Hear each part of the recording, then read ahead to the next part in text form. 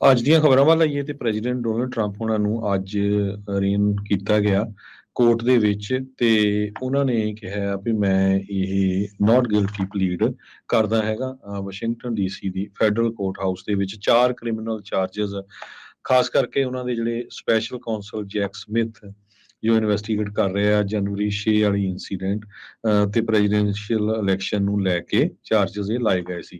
Federal ਪ੍ਰੋਸੀਕਿਊਟਰਸ ਨੇ ਕਿਹਾ ਹੈ ਪ੍ਰੈਜ਼ੀਡੈਂਟ ਟਰੰਪ ਪਾਵਰ ਵਿੱਚ ਰਹਿਣਾ ਚਾਹੁੰਦਾ ਸੀ ਲੂਜ਼ ਕਰਨ ਤੋਂ ਬਾਅਦ ਵੀ ਜੋ ਇਲੈਕਸ਼ਨਸ ਹੋਈਆਂ ਸੀਗੀਆਂ ਹਾਲਾਂਕਿ ਪ੍ਰੈਜ਼ੀਡੈਂਟ ਡੋਨਲਡ ਟਰੰਪ 2024 ਦੇ ਜੀਓਪੀ ਦੀ ਜੋ ਕੈਂਡੀਡੇਟ ਆ ਉਹਦੇ ਫਰੰਟ ਰਨਰ ਹੈਗੇ ਆ।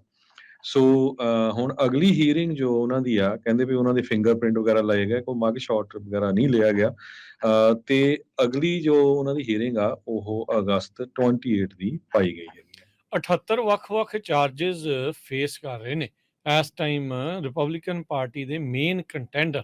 ਇਹ ਇੱਕ ਕਾਫੀ ਵੱਡੀ ਤੇ ਨਵੀਂ ਚੀਜ਼ ਜਿਹੜੀ ਉਹ ਦੇਖਣ ਨੂੰ ਮਿਲੂਗੀ ਵੀ ਇੰਨੇ ਚਾਰजेस ਫੇਸ ਕਰਦਾ ਇਨਸਾਨ ਕੀ ਵਾਕਿਆ ਹੀ ਪ੍ਰੈਜ਼ੀਡੈਂਸ਼ੀਅਲ ਕੈਂਪੇਨ ਦੇ ਵਿੱਚ ਜਿਹੜਾ ਫਰੰਟ ਰਨਰ ਬਣਦਾ ਆ ਜਾਂ ਕੁਝ ਹੋਰ ਉਸ ਦੇ ਨਾਲ ਵੀ ਹੋ ਸਕਦਾ ਆ।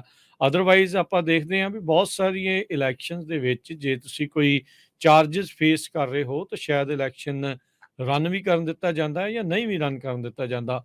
ਬਹੁਤ ਸਾਰੇ ਜਿਹੜੇ ਕ੍ਰਿਮੀਨਲੀ ਕਨਵਿਕਟਡ ਲੋਕ ਹੁੰਦੇ ਆ ਉਹਨਾਂ ਨੂੰ ਵੋਟ ਪਾਉਣ ਦਾ ਵੀ ਅਧਿਕਾਰ ਜਿਹੜਾ ਆ ਉਹ ਖੋਹ ਲਿਆ ਜਾਂਦਾ ਆ। ਸੋ ਇਹ ਇੱਕ ਨਵੀਂ ਚੀਜ਼ ਜਿਹੜੀ ਆ ਅਮਰੀਕਾ ਦੇ ਇਲੈਕਸ਼ਨਸ ਦੇ ਇਤਿਹਾਸ ਦੇ ਵਿੱਚ ਚੱਲ ਰਹੀ ਆ।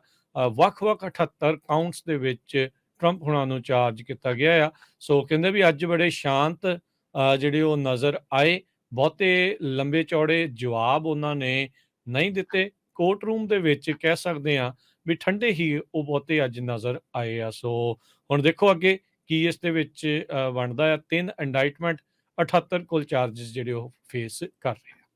ਜੀ ਅਗਲੀ ਜਿਹੜੀ ਹਰਜੋਤ ਸਿੰਘ ਜੀ ਗੱਲ ਕਰਦੇ ਜਾਈਏ, ਕਈ ਵਾਰੀ ਆਪਾਂ ਦੇਖਦੇ ਹਾਂ ਵੀ ਚਾਹੇ ਫੌਜ ਆ, ਆਰਮੀ ਆ, ਜਿਹੜੀ ਏਅਰ ਫੋਰਸ ਆ, ਨੇਵੀ ਆ, ਸਾਰਿਆਂ ਨੂੰ ਮਾਣ ਹੁੰਦਾ ਆ ਆਪਣੀਆਂ ਅਜਿਹੀਆਂ ਜਿਹੜੀਆਂ ਆ ਫੌਜੀ ਸ਼ਾਖਾਵਾਂ ਦੇ ਉੱਤੇ।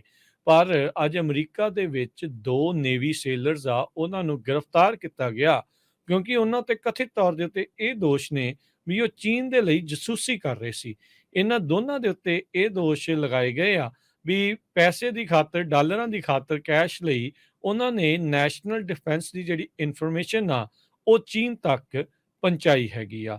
ਸੋ ਜਨੈਚੂ ਪੈਟਰਿਕ ਵੀ 22 ਸਾਲਾਂ ਦਾ ਪੈਟੀ ਅਫਸਰ ਸੈਕੰਡ ਕਲਾਸ, ਇਸ ਨੂੰ ਬੁੱਧਵਾਰ ਨੂੰ ਗ੍ਰਿਫਤਾਰ ਕੀਤਾ ਗਿਆ ਤੇ ਇਸ ਉੱਤੇ ਐਸਪੀਨਾਜ ਦੇ ਚਾਰजेस ਆ ਉਹ ਲਗਾਏ ਹੈਗੇ ਆ।